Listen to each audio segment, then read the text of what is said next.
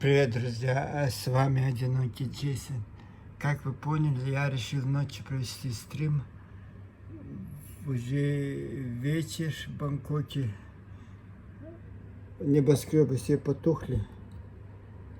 Днем они как-то видны, ночью не так сильно они видны. И вот я решил немножко поделиться с вами. Хотя я каждый день об этом треблю на весь. Пытаюсь высказать свое мнение. Может быть, оно кому-то нравится, кому-то не нравится. Это вопрос не ко мне. Вот я уже устал от этой беседы, если честно. Это очень утомительно. Это не просто так сесть. Я же не ингуш, я же это все пропускаю через себя. Мне это обидно, очень многие вещи обидно. Если у меня было бы каменное сердце, как этих ингушей, и я бы только думал о себе. И вот только о себе любимом. И вот это у нас же так, можно, так не воспитаны. Тем более я родился в многодетной семье. У меня мать была очень порядочная, отец тоже самое. Бабушка порядочной семьи. Это же привитое мне это с самого рождения, порядочность. Это у нас в семье очень ценилось. У нас вот так нас воспитали, так мы выросли. Хотя у нас было очень много детей в семье, и то всем было приличие, было какие-то рамки. Не было каких-то ингушей. Вот что хотят, то делают. Не было вот это. И отец наш все контролировал. Мать наша старалась гладить все эти углы. И очень много было вещей, которые нас обучали. Нам давали понять, что хорошо, что плохо. Мы сами могли, об этом нам говорили в школе. Годами нас учили порядочности. Была школьная программа раньше. И твои друзья, ты не могут какой-то общаться в каком-то социуме, и ты не мог, вот что хотят, то делать, вот подлянка кому-то делать, это пересекли бы сразу. Твои друзья увидели бы, с тобой не стали бы даже разговаривать, даже салам тебе, привет, школе, никто бы, они протянули бы руки. Вот было это время, и мы, конечно, чеченцы очень были воспитаны, дух и традиции, обычаи. Кое-кто, оказывается, просто для галочки, это для вида делал все это. И нам казалось, что, конечно, если мы чеченцы, это братья, если это братья ингуши, наши братья, братский народ, одни и те же обычаи, одни и те же традиции.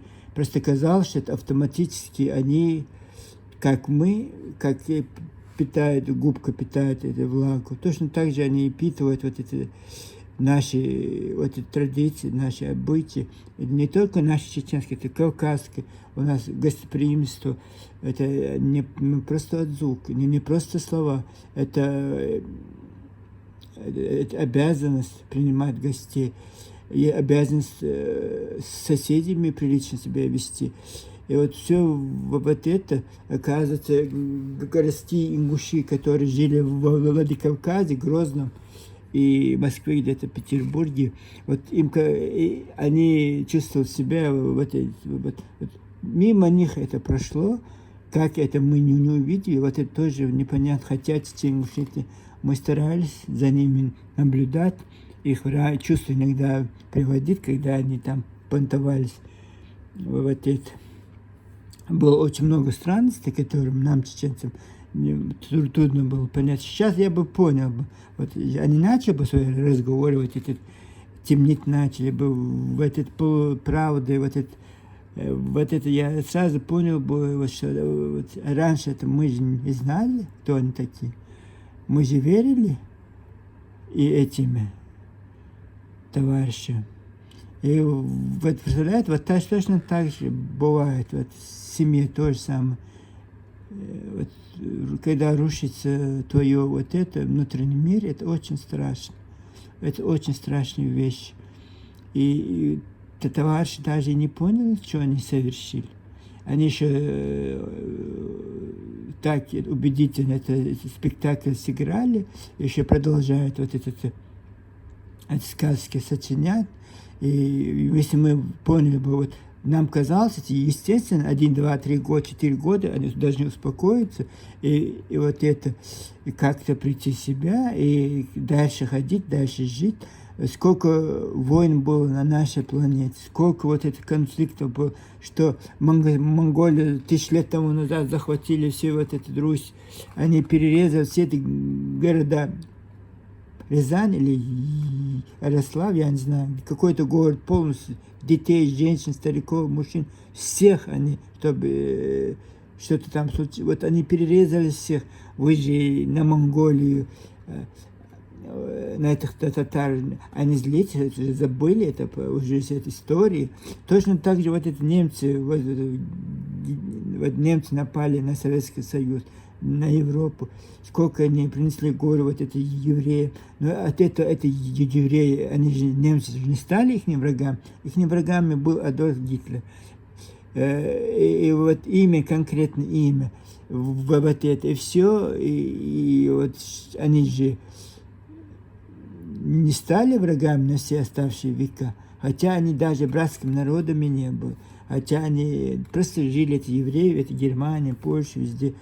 И вот это Третий рейх, вот этот геноцид устроил это евреев, и конечно, сейчас они же это прощают, это даже самый простой пример две чеченские войны.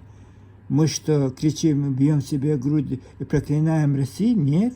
20 лет прошло, мы уже перестали, потому что, значит, это так случилось, кто-то виноват, мы искать виновных, это сложно искать их, это исторический промежуток был. Если не был бы Джохар Дудак, был бы кто-то другой, наверное, что-то другое. И именно жертва для России нужна была эта кровопролитие. Нужна была вот это, чтобы после чеченской войны Россия восприняла, она обновилась, они в вооружении, солдаты. И в этой тряске чеченской войны для России это была большая тряска. И, конечно, мы жертвы, мы же пострадали. Сотни тысяч чеченцев, детей умерло, мужчин, женщин, моя мать тоже. Русские убили. Это же, они же просто бросили бомбу и все. А что там живет многодетная мать с маленькими детьми, вот это некому было. Это никому не касалось, потому что это война была. И что мне днем и ночью проклинать их? Нет. Я уже забыл это. Потому что как дальше? Я же не смогу потом жить.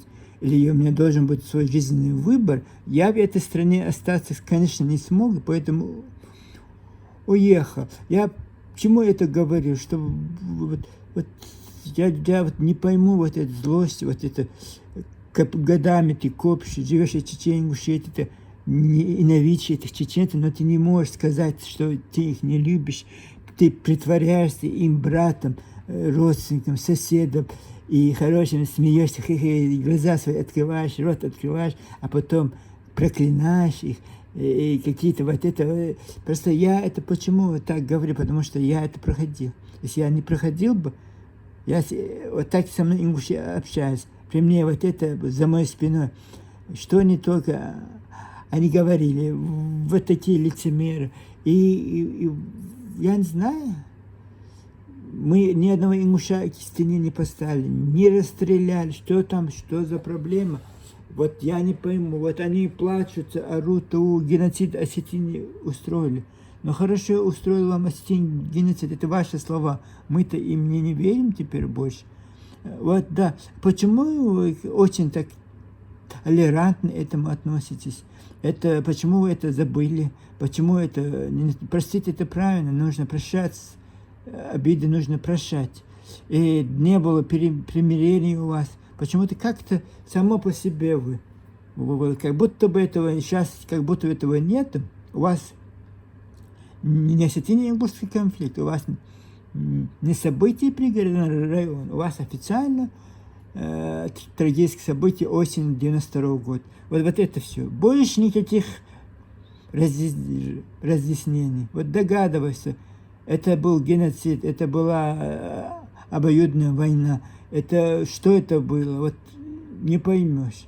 И вот короткая ролика по телевизору, там не объясняется.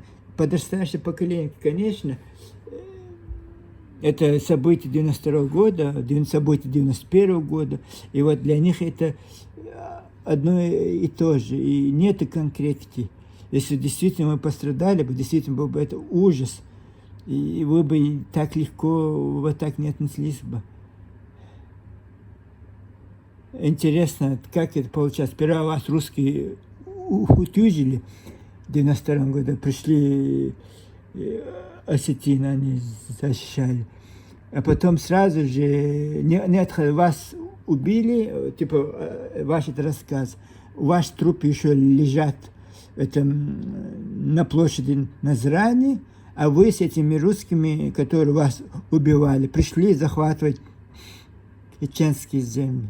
Уже ноябрь, 10 ноября, уже вы с русскими войсками на территории Чеченской Республики, Сунжский район с русскими захватили, этими захватчиками, которые вас типа убивали. Это ваши слова, это вы рассказываете, что осетин прятался сзади русских. Это русские, некоторые ваши спикеры уже сейчас объясняют, что осетины ни при чем. Это такая политика была русские типа.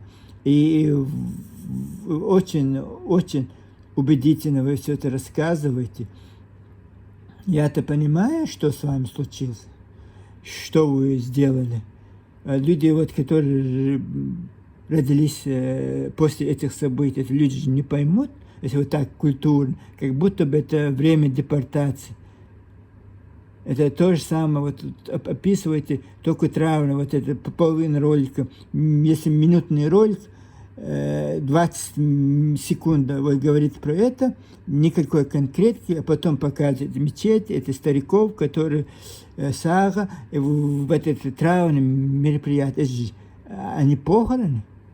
Вы их похоронили в 92 году, 33 года тому назад. И вот современная молодежь, которая не так сильно вникает в вот эти вещи, они просто подумают о одной из траурных дат ингушского народа, как депортация и 92 год. У вас нет этой конкретики, но зато есть очень хорошая конкретика про чеченцев. Вот это вы везде, вот это вы раскрываете полным вот этим подробностью. Все это описываете. Если это вы говорили бы правду, это одно дело. Вы-то все на лжи построено, и вы стараетесь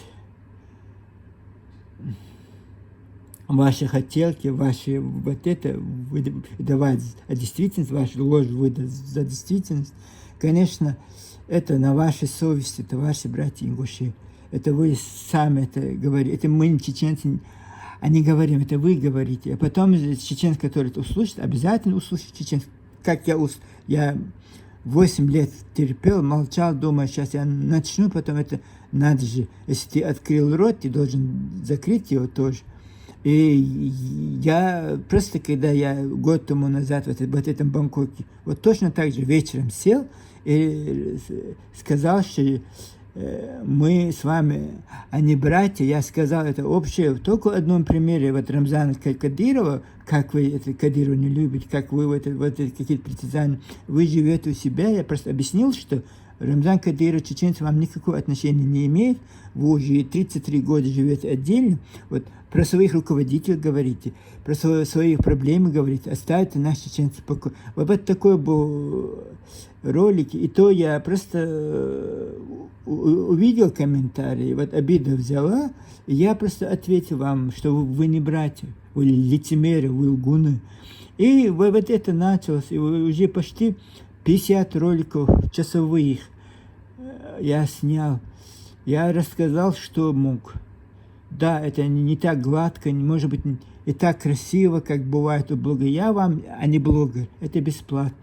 Вы за это вы мне не платите, вы не мои работодатели. Я просто каждый раз я что-то увижу, какую-то вашу ложь, услышу, и я просто сажусь и рассказываю. Ой, что-то сейчас я лайв, они что-то мне пишут. Конечно, без этого никак. Вот такое дела, так что флаг вам в руки, как говорится. Вот я хотел просто, я боюсь, что я не доживу до этих счастливых дней, когда просто ваш результат вашей деятельности увидеть. Вот какую пользу это ваша деятельность, античеченская чеченофобия, античеченская деятельность, какую пользу вы принесло вам это. Вот это я хотел бы увидеть. Я же не вечен тоже когда-нибудь. Мы тоже все смертные. Вот просто хотел, боюсь, что я не доживу до этих времен. У вас же это долгоиграющая песня. И с царской Россией вы строили особые отношения, и с Советским Союзом вы строили особые отношения. Нас, чеченцев, дискриминируя, эксплуатируя это чечен-гусское, как будто бы свою собственность. Вот сейчас вам кажется, это уже вы привыкли, что это ваша собственность, потому что Грозным командовали над всеми. И вот это, конечно, это такие необоснованные притязания у вас к чеченцам. И, конечно, вы хотите вот это снова урвать куш, и это же легко, не надо проливать кровь, не надо ничего, не надо вот как вы легко подняли руки в пригородный район. 3 дня вам хватило на колени стать. Вот как чеченцами сразу же через 10 дней вы хотели точно такой же геноцид устроить против чеченцев в Сунжинском и Волгоградском районе. Если мы, чеченцы, поддались бы этой провокации, русские бы дошли бы до города Грозного. Вот у них была вот такая задумка. Вы их привели к нам в 92 году. Ваши трупы еще лежали на площади, а вы забыли про них. С этими русскими, впереди русских шли и показывали, вот сюда, это наш Ингушетия, это вот сюда блокпост ставить, вот сюда. Русские оккупировали Чечню. А хотели 92 года пригородный район устроить в Сунжинском районе. Вот поэтому у вас это легко получилось, ни капли крови вы не пролили, и вам это очень понравилось, это очень красиво. Вот, провокация в пригородном районе, и спереди русских прийти и забрать чужое. И вот получилось у вас, сейчас снова у вас какие-то интриги, вы придумываете. И результаты я-то знаю, вот многие чеченцы знают об этом, не знают, я не знаю. Мы же не можем быть вам, я не знаю, постоянно ваши эти притязания. Я уже устал от вас, если честно. Честное слово, устал. Вот представляете, если я 8 лет вот так был бы в теме, я бы с ума сошел. А что ж я только 1 год в теме, и то вы, сколько мне газ, сколько всего. И вы думаете, я что, не посмею сказать, что вы гондоны? Посмею? Кто вы такие? Сказать, что вы лжецы, подонки? Вы мне говорите все, что хотите, ингуши товарищи, а я должен приличить, да? Это проститутки ваши. В Москве они ходили по этим рукам, сейчас прискакали к вам. Там тоже они очень котируются, очень продаются, очень котировочные. С мужиками ходят без сопровождения, без ничего в горы. И там это табаверди, мебаверди, интервью дают с молодыми мужчинами. Женщины сами ходят, ваши профессорши, ваши вот эти. Вы знаете, о ком я. Вы же это тоже видите, как я вижу. Вот это нормально у вас, это все, это мы ингуши, нам можно все. Вот нам не надо никакие традиции, никакие обычаи, никакие рамки. Мы вот свободолюбивые, вот там жалко, что это осетины сейчас. Хоть кто-то один откройте, расскажите, как они там жили. Вот мы-то знаем, как они чеченцы, как они там жили у нас. Вот интересно там у вас, как вы себя вели там. И вот это, не стесняя, вы даже приходите, пишите все, что хотите. И я должен соблюдать приличие, да? Фигу вам. Знаете, таких козлов я сколько на своей жизни видел. Мы все видели. И не надо нам указывать, как нам жить. У вас концлагерь. Вот каждый ингуст, каждой дырки затычки. Вот как вы достали сейчас. Я только общался с 3 ингушами. Я сейчас помню, сейчас я вспоминаю, какой это, оказывается, был кошмар. Каждый день свою гнут свою политику, свою это. Ты не можешь слова сказать про это Ингушетия. Это политика, это давай не будем. А потом каждый новость о дожде где-то, ты еще какую-то новость увидел. А там чеченцы вот это были, чеченцы вот это делали, чеченцы то сделали, чеченцы это сделали. Вот вся новость чеченская. А про себя нет, ты что, мы мужчины, мы единый народ, мы стойкий народ, мы мужественный. Я не знаю, где ваше это мужество. Если оно была бы, вы сидели бы это с закрытыми никами, без фотографий, без имен, вот писали бы русскими именами, и вот вы вот это пишете это гадость. Вот там вы герои, конечно, большие. Большие герои. Мне вы не нужны, мне вы не интересны. Если вы заткнете свой рты, я тоже. Просто не будет темы обсуждать, не будет темы для обсуждения. Для меня, для других это то же самое. Но у вас же другая цель. Вы же преследуете конкретную цель. Вы хотите снова втолкнуть Чечню в войну. Вот как вы это сделали в 92 году, захватили 2 чеченских района. Точно так же хотите снова, у вас новая игра, уже партизаны, как вы раньше тоже. Сунжинский район наш, Болгебекский наш. Откуда он ваш? Если там 3 ингуша проживают, это, знаешь, что это ваш? Вы сейчас хорошо, что вы в Чечню не можете никакого ингуша прислать. И вот хотите расшатать. Вот это, там Орстхой, Морстхой. И нет такой нации. Орстхой, нет нации. Это чеченский тукум, это чеченский тейп. Вот нет у нас особых тейпов, нет вот привилегированных тейпов. Это как история была, так оно и есть. А то, что вы хотите, это вам не будет, конечно. Вот вы, Суджинский район, сепаратизм, вот этот русский, это чеченцы, вот это, они хотят уйти с России, нам лучше с России, нам будет пенсия давать, нам будет это, вот бегали по всему Суджинскому району, против нас чеченцы настраивали это русские. И свои же ингуши, вот ползучие, вот это, там всех ингушей отправляли в Сунжинский Могобекский район. Потому что у вас же, это же не 1 год происходило, постоянно происходило. И, конечно, после беженцев, вот это ингушское население, конечно, отдало этих районов, потому что вы же это с Грозного 80-90 тысяч бежали, это, осели этом пригороде, вот этом, не пригороде, вот это Сунжинском районе Могобеке. Потом Осетии 100 тысяч беженцев, то же самое, осели там. И, конечно, вы там большинство.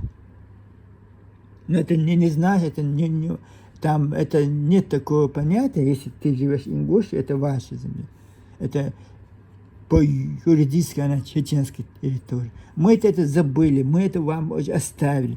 Думаю, сейчас, чтобы вы не плакали, не орали там по этим площадям. Думали успокоиться. Наоборот, оказывается, у вас главное вот это взять, а потом уже 8 лет они можете замолкнуть. Вот это я не пойму. Конечно, ваше вот это. Вот чего хотите. Вот этот провокатор. Вот.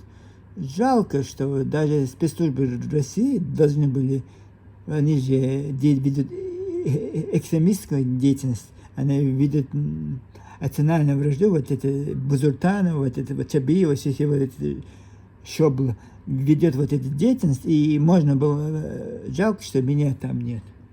Просто надо было по судам вот бегать, вот каждый что-то сказал, что-то сделал, сразу же подал на этот человек в суд. И все, вот по судам надо было бегать. Я бы смог бы, конечно. Бузуртанов, если я жил бы в этой Чечне, Бузуртанов свой грязный рот не открывал бы, заблокировал этот. Каждый его сайт бы блокировался.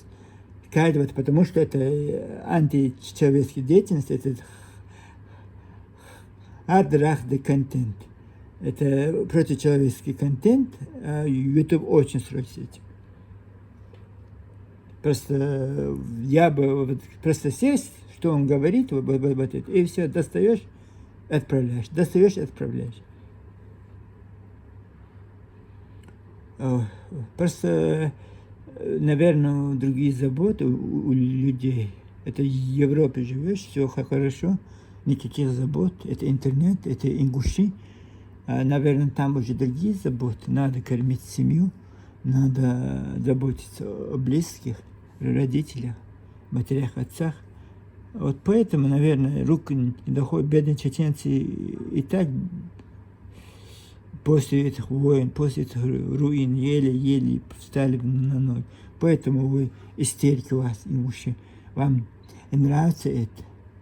Я надеюсь, будет еще лучше. Будет, конечно, будет лучше, потому что чеченцы себя всегда показывают тружениками. Молодцы они. И вот вам покажут, какие вы гнилье, какой вы пустышки. Вот они вам просто покажут своим делам, вы будете болтать, там бегать по этим площадям и под стол проститутничать, как и политические проститутки будете бегать. А вот они делами занимаются. А потом через 20 лет вы посмотрите, где вы, в каком говне и сидите, и вот где они. Поэтому у вас истерия у вас. Вам не нравится?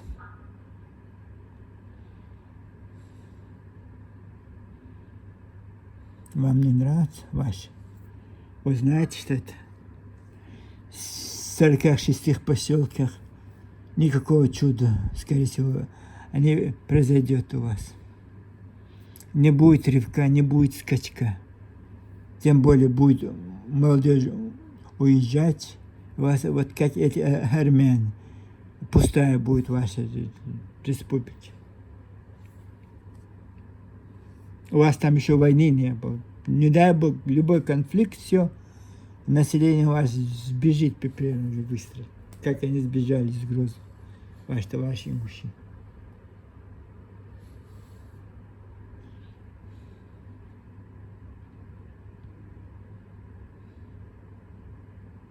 Интересный город Бангкок, честно слово. Даже ночью, как он прекрасен. Сколько забот. Вот снизу парень молодой лежит, бедный. Или, скорее всего, от солнца, он как бы, кажется, что он... Сперва я подумал, что он пьяный, потом подумал, что он под воздействием наркотиков, что-то такое. А потом я думаю, это же не Европа, не Америка, это же Бангкок, 40-градусная жара, он там лежит, конечно, он потеряет сознание, или вот так, этот человек, когда под солнцем долго находится, но он не под солнцем, вот это внизу метро, деньги просит, бедный. Вчера тоже. Я-то даю ему хороший день. Почти 200 бат. Вчера дал, сегодня дал 200 бат.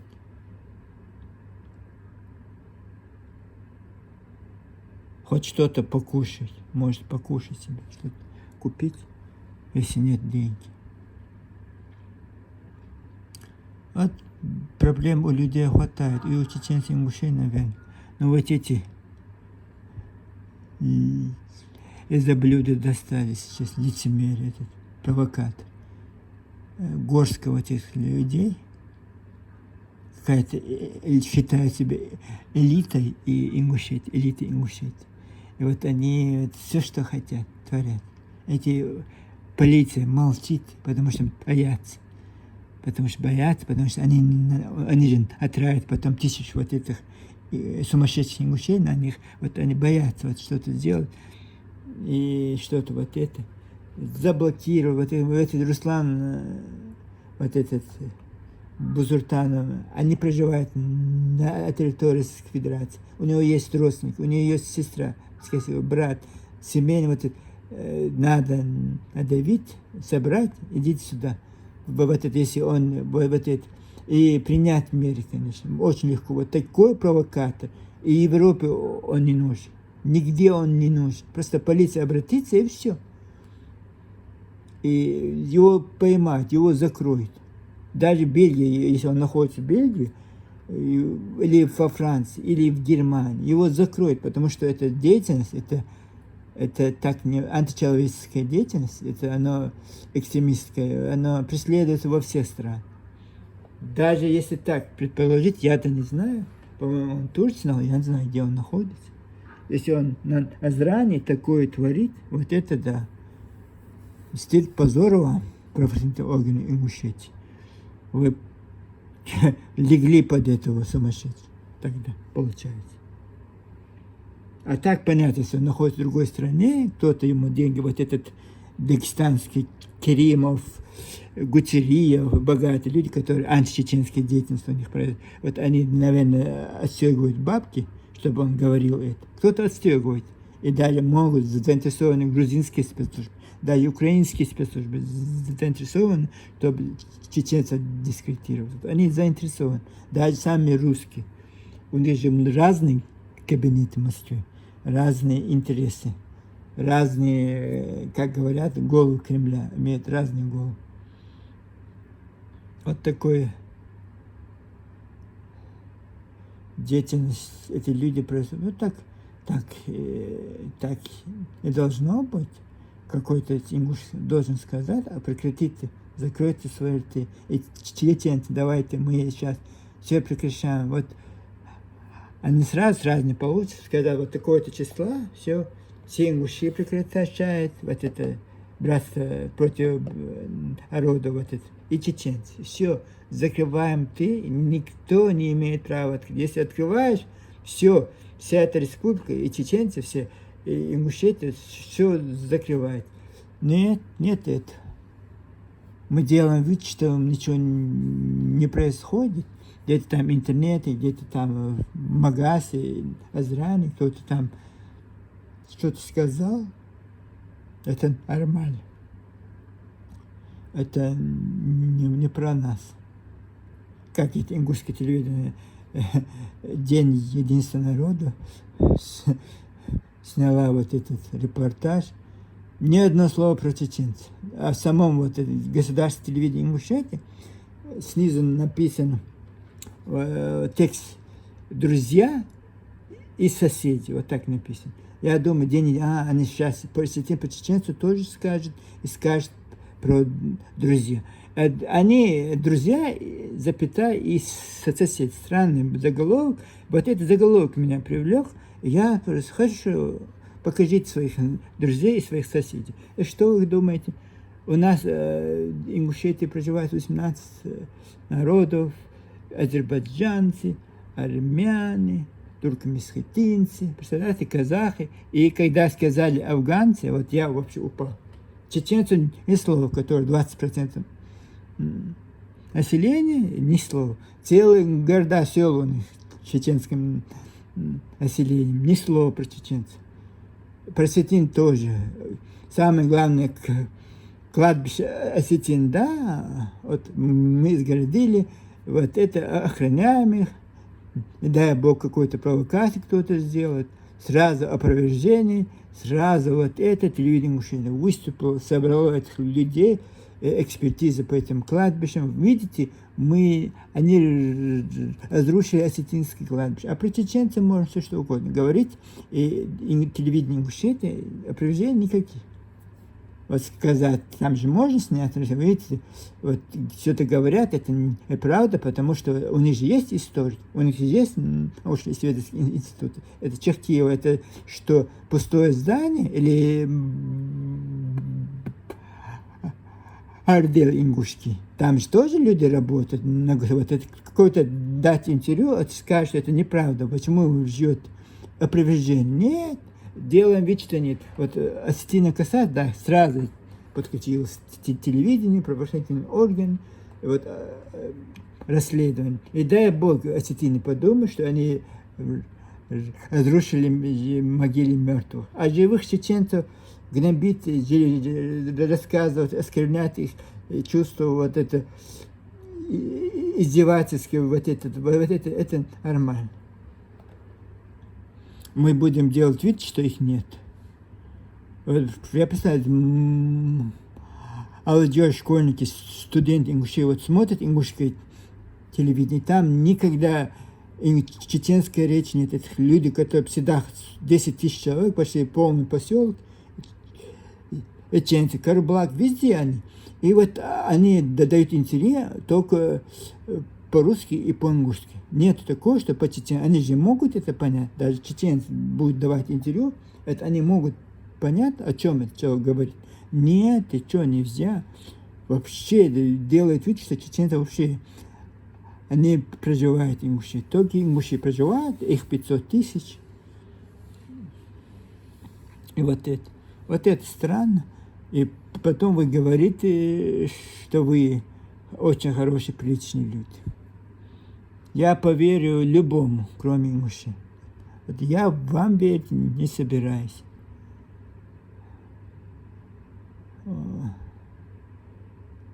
Мы уже поняли, кто вы такие, какой вы гордый, древний народ.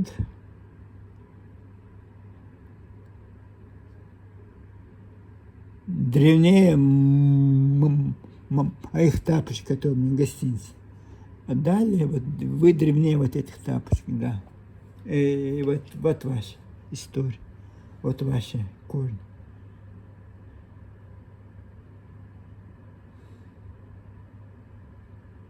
И вот потом оказывается, что вы даже это же раскроется, если вы тихо, мирно жили бы, и все, никто не стал бы искать вас, ваши корни. Вот сейчас вы сейчас сами раскроете, сам себя раскроете. Вот вы бурную деятельность ведете, люди начнут, вот как я начал за вами следить, вот начнут следить за вами, искать про вас вот это. Мне кажется, нас еще ждут очень много интересного. Запасаемся попкорном. Вы дадите знать о себе, конечно. Вы дадите о себе знать. Ой, не получается это разговор об ингушах. Короче, я сегодня тоже вышел погулять. Короче, сел на это метро, поехал. Вот тут снизу это бедный, несчастный, бездомный мальчик. Жалко мне стало, очень жалко. Как так может делать? Такой стройный, такой симпатичный. И вот, может, он наркоман, действительно. Мне кажется, от жары. Он, когда даже 20 минут посиди в жаре, хотя без солнца, все равно тебе, даже не было воды рядом, с воду надо иметь, что-то надо иметь. У него не было воды, 2 пакетика завернуты. И все. Я положил деньги, я боялся, что кто-то могут украсть. Он спал там.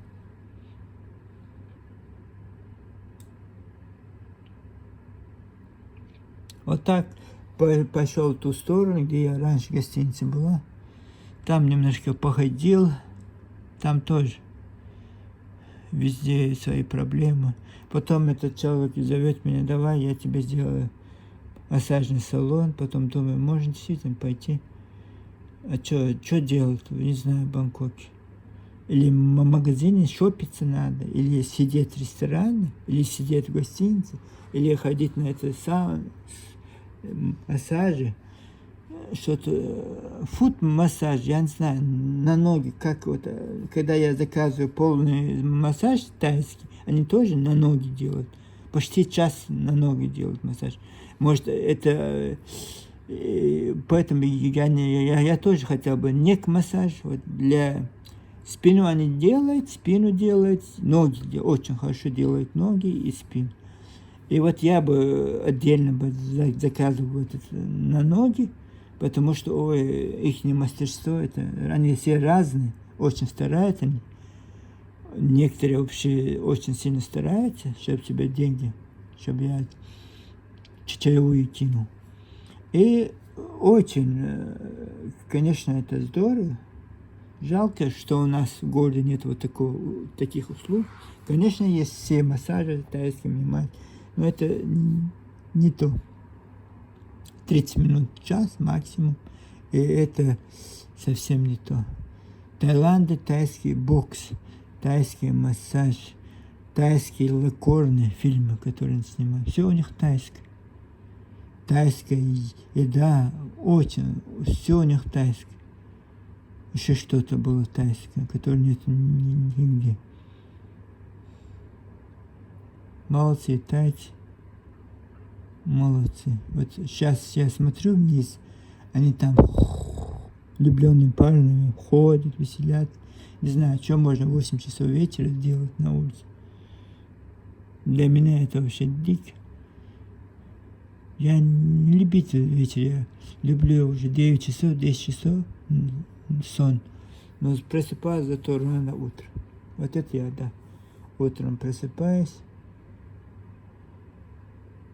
принимаю душ, зубы чищу, чтобы пройти этот ресторан. Ой, сколько надо процедур принять.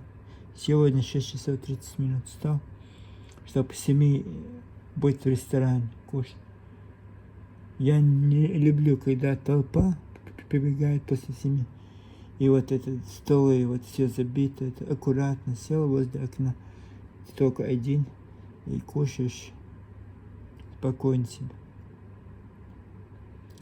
Да, городу казалось мало машин, но машин достаточно. Достаточно машин. У них же очень странные виды транспорта. Вот метро, вот это тук-туки, вот этот мотоциклы, такси. И очень много видов транспорта. И такси сами желтые вот эти. Но у них-то они зеленые или желтые. У них социальная сеть очень развита. Вот Таиланд и этих странах называют Лайн. Похож на скайп, но не скайп. Называется Лайн. Вот это Лайнман зеленая, она как WhatsApp. Вот это зеленые такси, вот именно вот этой службы у них. И доставка еды Лайн. Ман называется. Лайн такси, Лайнман. Вот это социальная сеть, которая. Они много фильмов про эту сеть снимают. Ну, я в Таиланде приезжаю, я-то знаком с Таиландом. Очень неплохо даже. Вот мой первый город Нью-Йорк, второй город Бангкок, мой любимый, третий город Сан-Франциско, четвертый Париж стал. В прошлом году 4 раза в Таиланде был, в этом году тоже самое. Не успеваю приезжать, уезжать, приезжать, уезжать. 11 часов. Полет, но счастье мое, что у меня прямой рейс с моим городом. Не надо пересадка делать. Ох, как скучно было жить в таком огромном доме, а не работать, смотреть на улицу, с ума можно сойти. Как живут люди в больших домах. Вот это же утомительно.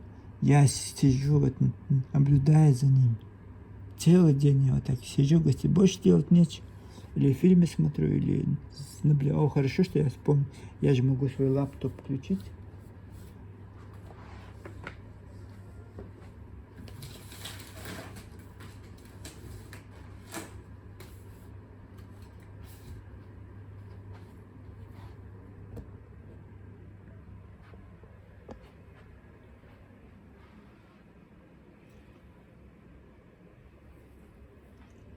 Надо лаптоп включить, фильм посмотреть. Давайте о чем говорить, я не знаю. Все равно это уже все сказано. Скажешь, не скажешь, все равно результат никакой. Один и тот же результат будет. Конечно, можем только желать лучшего, но наш мир, они идеален. Очень много есть плохих вещей. Очень много людей раньше стеснялись позора, сейчас нет. Это если ты конченый человек, это вот тебя даже это почему-то азартом, нравится. У меня знакомый был чеченец, какой он был непорядочный человек, но он гордился этим. Говорит, я никому не обязан, мне никто не обязан. И вот это строился вот это. Если кого-то он унизит, вот он молодец. Вот такие никчемные люди. Потом ты думаешь, общаешься с таким человеком, думаешь, люди же, они идеальны все, поэтому давали шанс. И этим мужчинам тоже давали. Никаких шансов больше. Может, я не знаю, что со мной будет, но я дальше свою жизнь буду по-другому строить. Не будет вот этих историй, не будет вот только себя. Только свои дела, только свой бизнес, только своя работа. Вы молодежь. Это очень просто. Смотрите, как мне сложно говорить, как я очень сложно разговариваю. У меня никакого опыта, у меня нет опыта даже общения. И то я сумел что-то рассказать, что-то сказать. Представьте себе, вы молодежь, у вас красивые голоса, у вас внешность.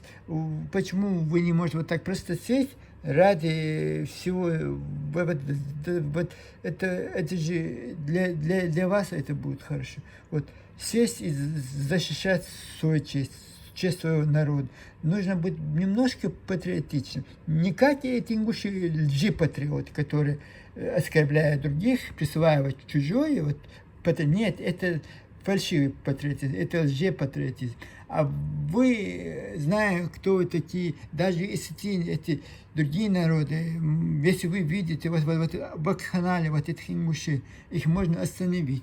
Вот если какой-то чеченец, вот что-то снимите, что-то расскажите. Или просто если нет, хотя бы лайки ставить, хотя бы, я не знаю, комментарии оставляйте. И я понимаю, некоторым это неприятно, они сразу пишут грязные слова, чтобы человек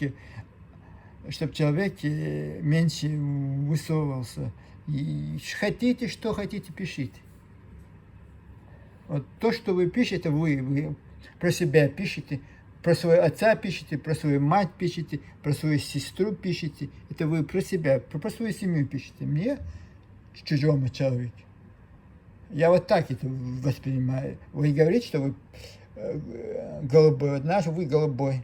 Это вам интересны эти мужчины. Если у вас это в голове, значит, это не просто так. Человек, там тысяч других оборотов речи, у вас вот только вот этот оборот. Задница вас волнует, мужчины вас волнуют, и вы это пишете. Значит, это вы или вы скрытый гей, или я не знаю, кто вы там такой. И в любом случае вы извращенец. И вот это не надо это мне писать. Думаете, я это слово испугаюсь, знаете? Я в своей жизни не видел немало этих козликов, тем более вы. Я и в Петербурге жил, везде я прожил, и везде все вот это. И я знаю цену вам все.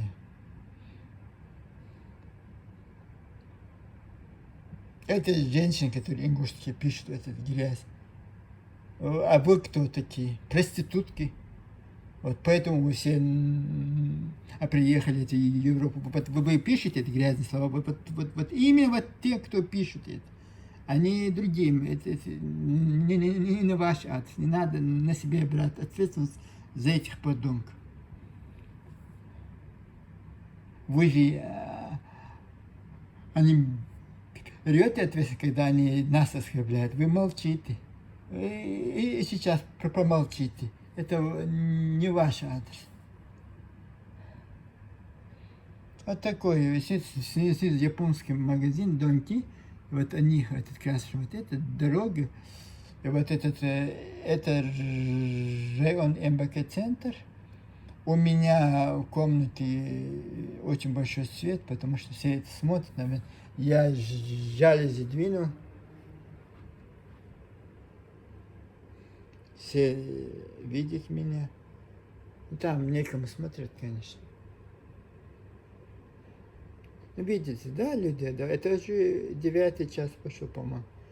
Вот такой график, трафик. Бедные люди это на машинах, вот меня удивляет. Постоянно, как они с ума не сходят. Каждый метр надо остановиться. В Нью-Йорке это вообще долбает.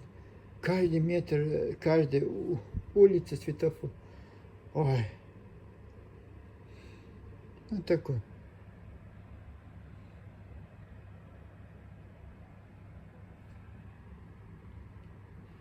Вот вам ночной ваш Бангкок.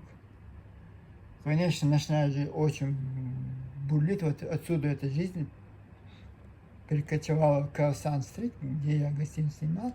Там, в ту сторону. Там тоже очень много заведений, питейных. Вот, и девушки там мимо прохода, они дают. Но тут очень этот центр, молодежный район. Вот видите, сзади университет и все. И вот они 8-9 часов уже жизнь заканчивают. 10 часов это магазин, это супермол закроется и все. Эта жизнь там прекратится. Там еще сидят, там сотни кафе, ресторанов, они там сидят в 8-этажном, видите? 8-этажное здание огромное, там снизу вот это. Вот 8-этажное здание, там очень много ресторанов. Я тоже сегодня там посидел в ресторане, покушал.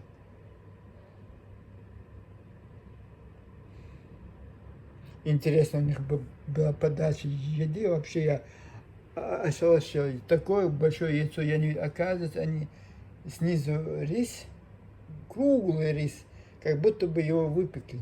И сверху яйцо в глазурь поставили. И вот кажется, это весит огромное яйцо. И я вот так думаю, кушаю. Думаю, как это может быть таком огромном яйцу? Что-то там странное мне показал. Оказывается, это рис. Это был рис. И вот так у меня удивили вот эти повара.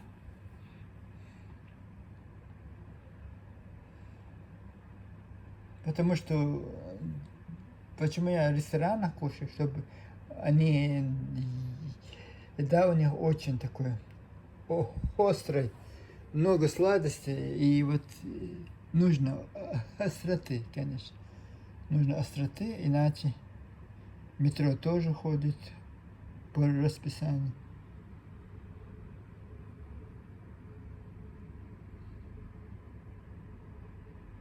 Видите, она вот так уже зашла. От станции метро зашла она.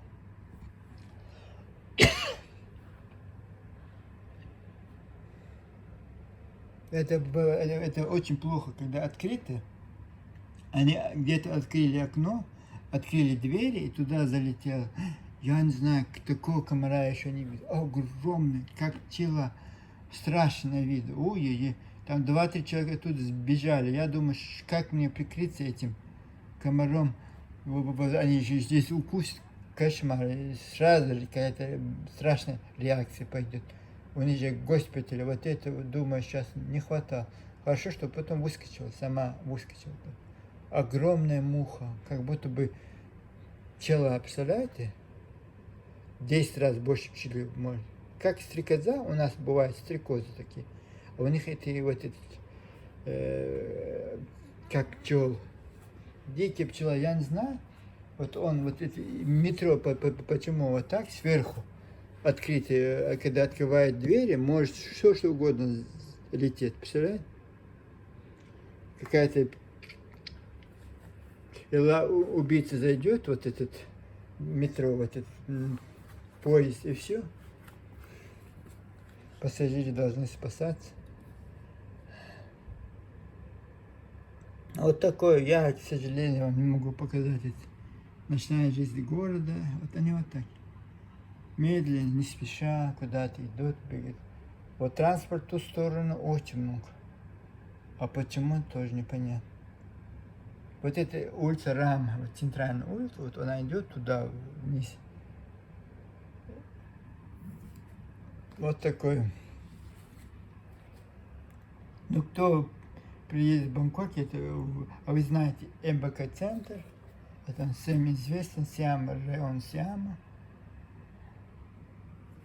Ну, welcome. Национальный стадион, вот этот район, так что welcome к нам. Ну, давайте пока-пока, с вами был Одинокий Джесси.